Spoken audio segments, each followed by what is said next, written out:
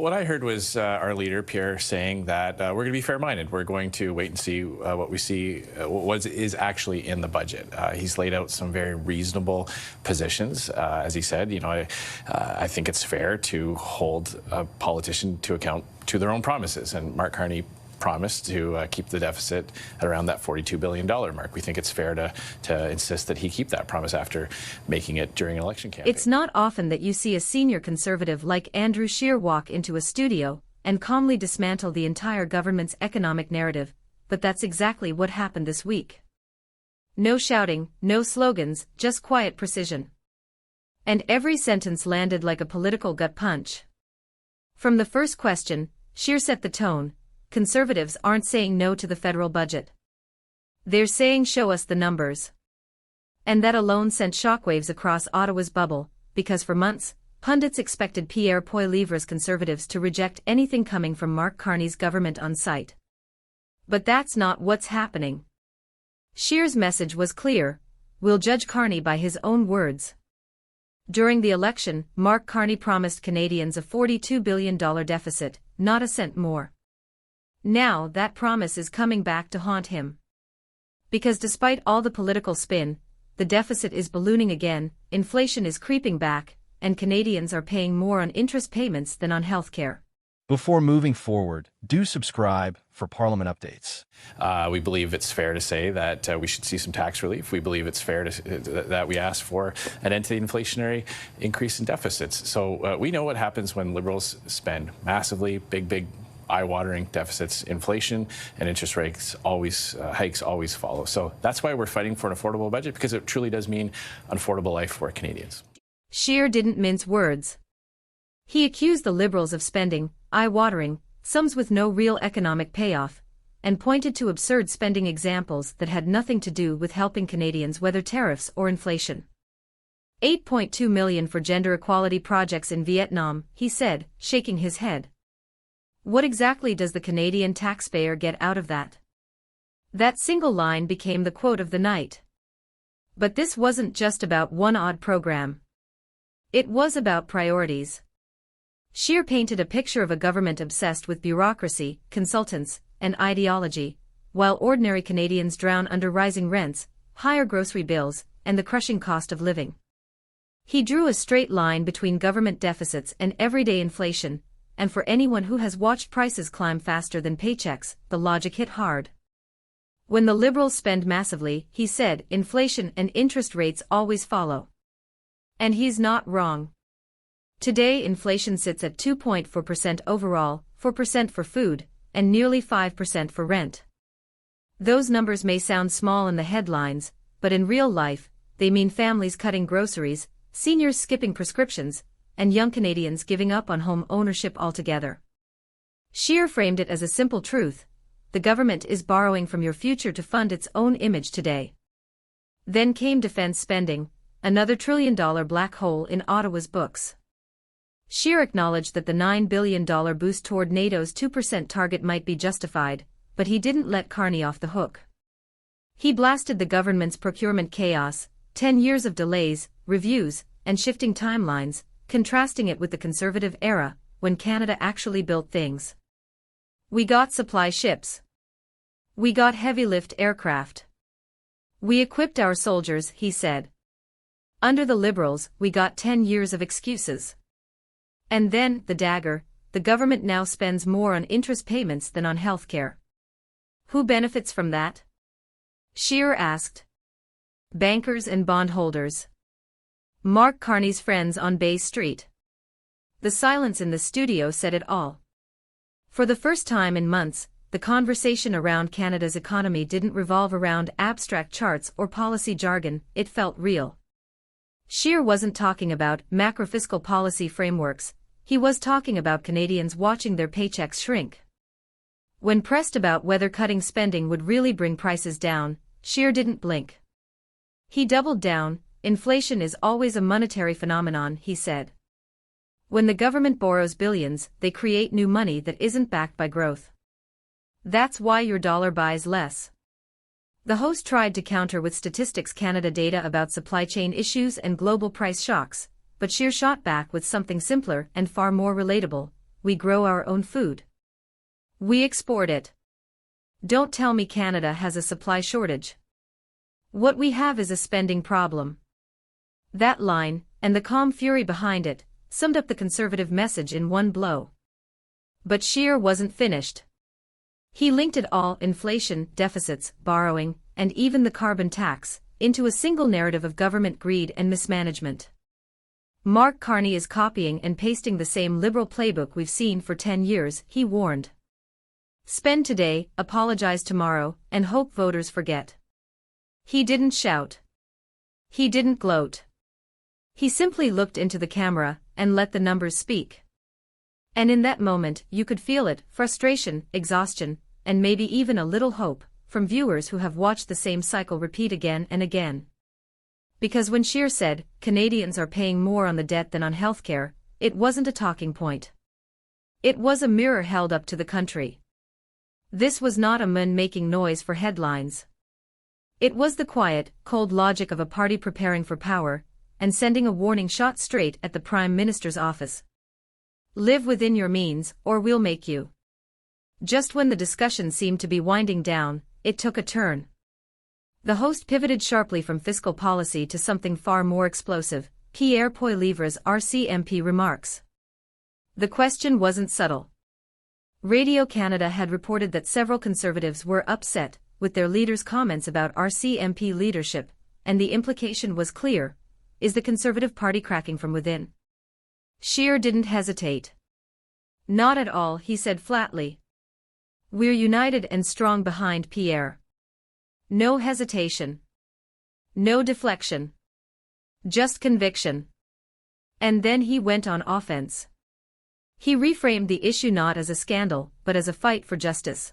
If the government does what Conservatives want them to do and spend less, that we will see a commensurate reduction in prices at the grocery store or elsewhere. And I ask because you're the same party that said when you cut the price on carbon, the consumer price on carbon, you're going to see lower prices at the grocery store. You yourself just said 4% up in the month of September, right? Like it didn't happen in the way that you said it did. Even gas prices. Why is inflation higher than expected this month? Because gas prices didn't decelerate as much as they were for the few months since the carbon tax was reduced, right? Like, yes, it cut the price of gas, but it didn't cut the price of everything else. So why should we really trust your economic analysis that if a deficit is lower, therefore all of our prices will be lower? Well, I've been on your show many, many times where you and I have gone back and forth on the impact of the carbon tax. And I remember when after getting a lot of pushback saying that getting rid of the carbon tax wouldn't have an effect on inflation, on the little banner on CTV News, it said prices fall as carbon tax comes off. What we've seen since then is the government borrowing billions and billions of dollars. Inflation is always a monetary phenomenon. When your dollar purchases less, it's because the government, through the central banks or through their financial policies, are creating new dollars not backed up by economic growth. That is fact. Inflation comes from an increase in the money supply. Poilievre's comments, Scheer explained, weren't attacks on law enforcement, they were attacks on corruption. The target wasn't the RCMP as an institution, it was those who had, in his words, failed to hold Liberals accountable for misuse of taxpayer dollars. That single clarification reframed the entire controversy. Scheer insisted that there was no leadership crisis, no caucus fracture, and that Poilievre's bluntness was part of his appeal. Canadians are tired of polished politicians who talk like bureaucrats, he said. Pierre speaks plainly because he's fighting for people who are paying the price for Liberal corruption. Then came the rhetorical hammer: when the Liberals engage in corruption, when they line their pockets with taxpayer dollars, that should be investigated. But it hasn't been. You could almost hear the subtext: the SNC-Lavalin scandal, the WE charity affair, the ArriveCAN debacle, the ballooning contracts to friendly consultants. To Scheer, all of it pointed to a pattern, and a system unwilling to police itself. That's when he drew the boldest line of the night. We've had audio evidence, he said, of Liberal officials intimidating a sitting justice minister to interfere in a criminal case.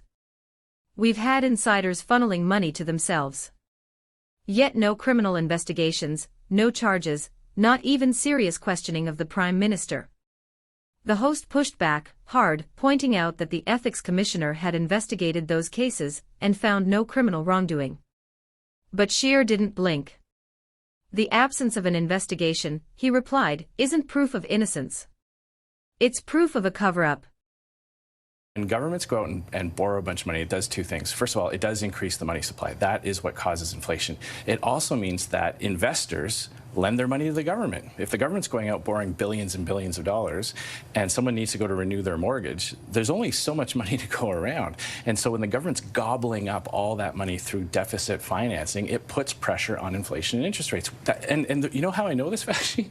Because that's what we lived under the previous 10 years of Liberal government. Mark Carney is copying and pasting the exact same thing. He's dressing it up with new language. But then why is inflation 2.4% and not 6%, 7%, 8%? Invite me back on your show in a few months and we'll talk about it then. Well, it's not, but we'll see. Okay. But this is how it started. This is how it started with the previous Liberal government. It starts to trend up. We raise the warning alarm.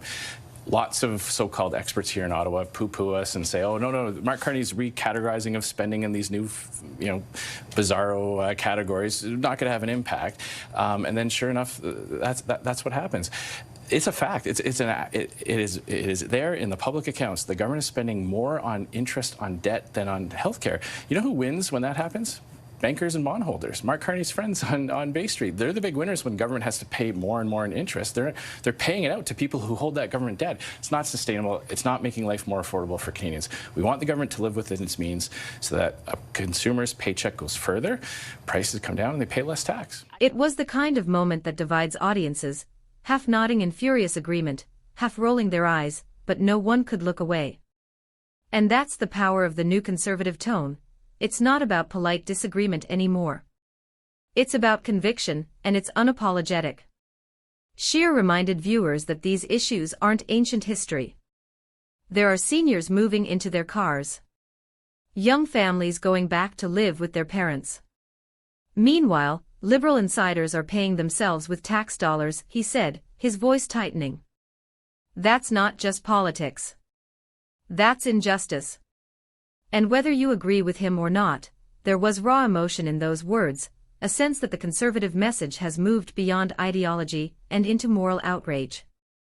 By the time the interview ended, Scheer had done something rare in modern politics. He turned defense into offense.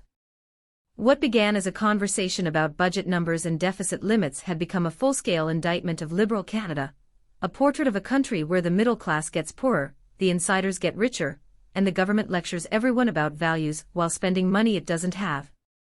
It wasn't just about the budget anymore. It was about trust.